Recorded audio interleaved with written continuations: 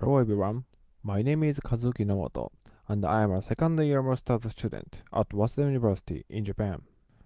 Today, I will present on the feasibility of linking attack to Google Apple Exposure Notification Framework.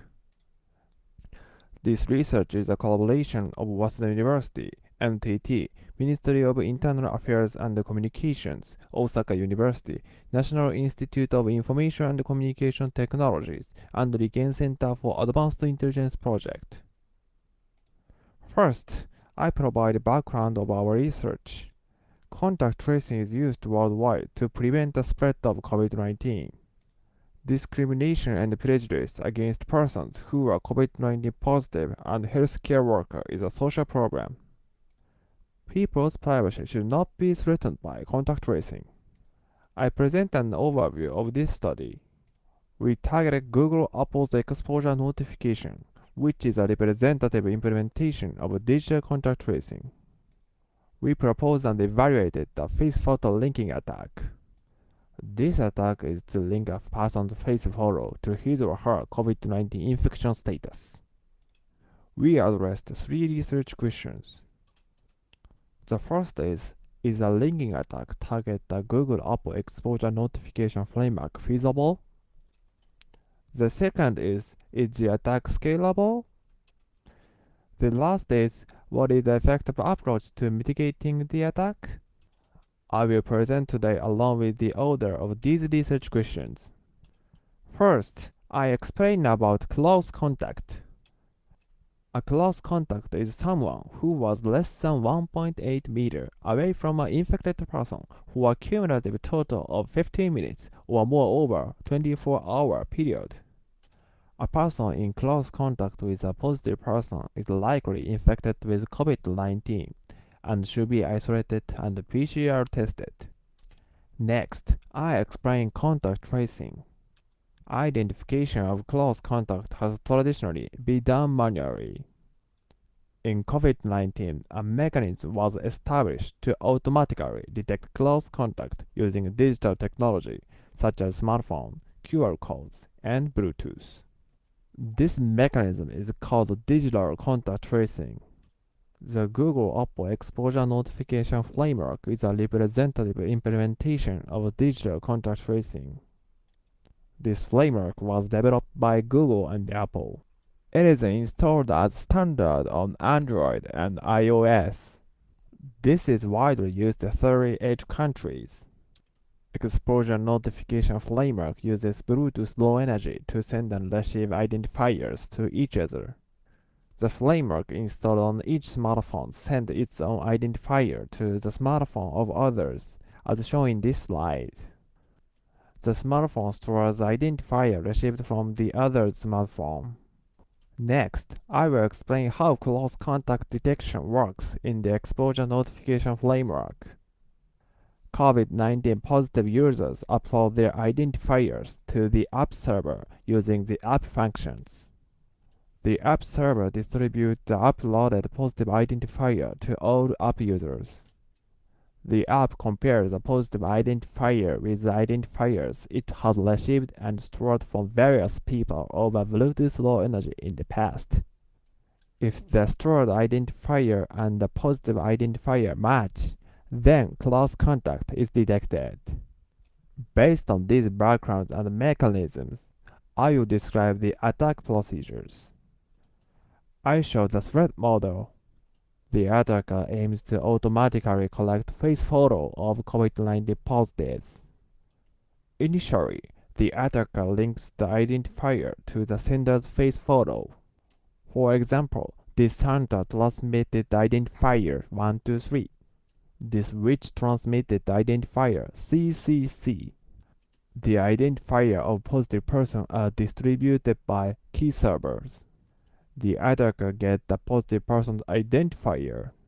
The attacker compares the positive person's identifier with the result of one previous step to find the positive person's face photo. As a result of these steps, the attacker is able to obtain the positive face photos. In these attack procedures, linking in step 2 can be easily feasible with an implementation that follows the algorithm. The key point of this study is step 1. We use signal strength variations to link identifiers to the target. The attacker places a Bluetooth low energy receiving antenna at a location where pedestrians walk. The attacker continues to receive identifiers transmitted by the smartphone. The figure on the right is an image graph of the relationship between time and the signal strength. It is assumed that the signal strength increases as the target approaches in front of the receiving antenna and decreases as it moves away. The attacker links the identifier to the sender by using signal strength variations. From here, we show the feasibility of linking attack on research question 1. I show the setup of the experiment.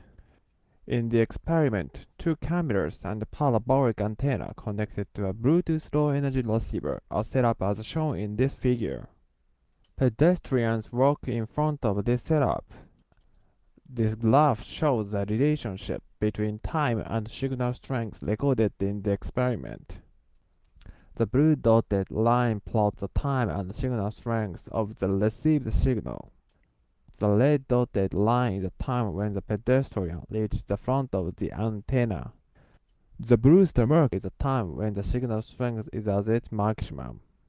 The result demonstrates that the timing when the signal strength of the target is at its maximum and the time when the target passes in front of the camera are very close. I show photos taken by the camera at the time of maximum signal strength. The target is captured in the center of the photos. This result means that the timing-based linking attack is feasible. In addition, this study evaluated the impact of smartphone models, distance between the receiving antenna and the pedestrian, and how the smartphone is held. I omit detailed results of the experiment in this presentation, but we found that the attack was robust for these conditions. Next, we evaluate the scalability of the attack. In this study, we built a simulation of human flow and signal strength. We used the simulation to evaluate the attack success rate. The walking speed of individual pedestrians is given by the normal distribution. Pedestrians are assumed to arrive randomly according to the Poisson process.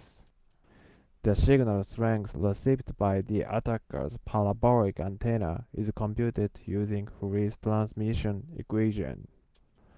Fourier's transmission equation shows the relationship between antenna gain, signal strength, wavelength, and distance. In this presentation, I evaluate the attack success rates by focusing on the number of pedestrians per hour and the number of attack devices set up. I show the result of the simulation. This table shows the relationship between the number of pedestrians per hour, the number of attack devices set up, and the attack success rate. When the number of pedestrians per hour is 800 and the number of attack devices is 1, the attack success rate is 83%. When the number of pedestrians per hour is 5000 and the number of attack devices is 1, the attack success rate drops to 38%. This means that as a result of reduced distance between people, it has become more difficult to link identifiers to their senders. The attack success rate increased to 75% by increasing the number of attack devices placed to 3 and increasing the number of attack attempts. These results show that this attack has a high success rate of 83% in uncrowded spaces and a high success rate of 75% in crowded spaces by increasing the number of attack devices. Finally, we present countermeasures against this attack. We proposed and evaluated 2 effective countermeasures against the linking attack. Please refer to the paper for detail and evaluation of the countermeasures, since we omit them in the presentation due to time limitations. I show ethical considerations. We reported our findings and actionable countermeasures to Google and Apple, the developer of the framework. The attack is not caused by a specific application's vulnerability, but by the design of the digital contact tracing framework based on Bluetooth Low Energy. We believe that publishing this paper will provide insight and benefit broad stakeholders. I show a summary. We conducted a field experiment using real equipment and a realistic simulation experiment that incorporate radio characteristics and a 3D model of a human being. The result demonstrated the linking attack is highly feasible and that an attacker can succeed at a probability of 75% against the high pedestrian traffic flow of 5,000 people per hour by installing a few attack devices. In addition, we proposed effective countermeasures. We hope that the findings of this study will contribute to the design of a digital contact tracing framework with improved privacy protections. Finally, we discuss future directions of research based on the findings of this study. This study shows that linking the transmitter to the content of the transmission can be easily feasible. This finding raises fundamental privacy concerns about the mechanisms that emit radio waves. For example, linking attacks target Bluetooth and Wi-Fi communication can reveal the sender of the communication. While this is one example of de-anonymization using a linking attack, the linking attack raises concerns for numerous mechanisms that emit radio waves, not just digital contact tracing. We suggest appropriate evaluation and implementation of countermeasures for each of these mechanisms as a future direction. Thank you for listening.